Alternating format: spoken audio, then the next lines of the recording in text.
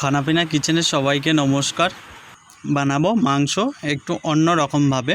তো মাংসটাকে পরিষ্কার করে প্রথমে ধুয়ে নিয়েছি, তারপরে মশলা করে নিয়েছি। আদা, রসুন, জিরে, কাঁচা লঙ্কা একসাথে সব দিয়ে কেটে রাখা টমেটো দিয়ে দেব ওর মধ্যে, দিয়ে অল্প পরিমাণ লবণ, হলুদ গুঁড়ো, লঙ্কার গুঁড়ো,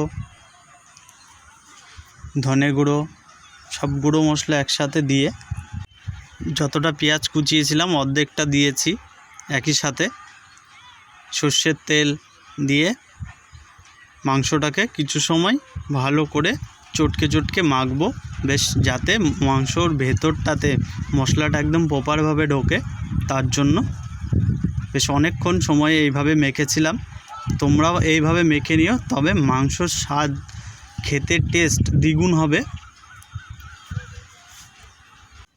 বেশ কিছু সময় মেখে নেওয়ার পর সব মশলা একসাথে দিয়ে আর বাদ বাকি যে অর্ধেকটা পেঁয়াজ ছিল, তেল গরম করে নিয়ে সেই পেঁয়াজটাকে সুন্দর করে বেশ লাল লাল করে ভেজে নিয়ে ম্যারিনেট করে নিয়েছিলাম। 15 মিনিট ঢাকা দেওয়া ছিল। মাংসটা ওই লাল পেঁয়াজের মধ্যে দিয়ে দেব, দিয়ে আস্তে আস্তে উনুন জাল দিয়ে বেশ কিছু সময় কষিয়ে নেব।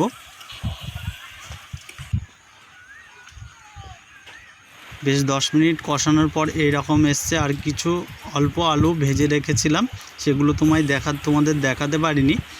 ওটা মাংসর মধ্যে দিয়ে একসাথে আবারও কিছু সময় কষিয়ে নেব। যতটা কষাবো মাংসটা ততটাই খেতে টেস্ট হবে। আর মাংসটা আজকে কোনো জল দেব না, বেশ কষা কষায় মাংস হবে। এরকম কষাতে কষাতে আর ঝড় বৃষ্টি শুরু হয়ে গেছে ভীষণ আমাদের এদিকে।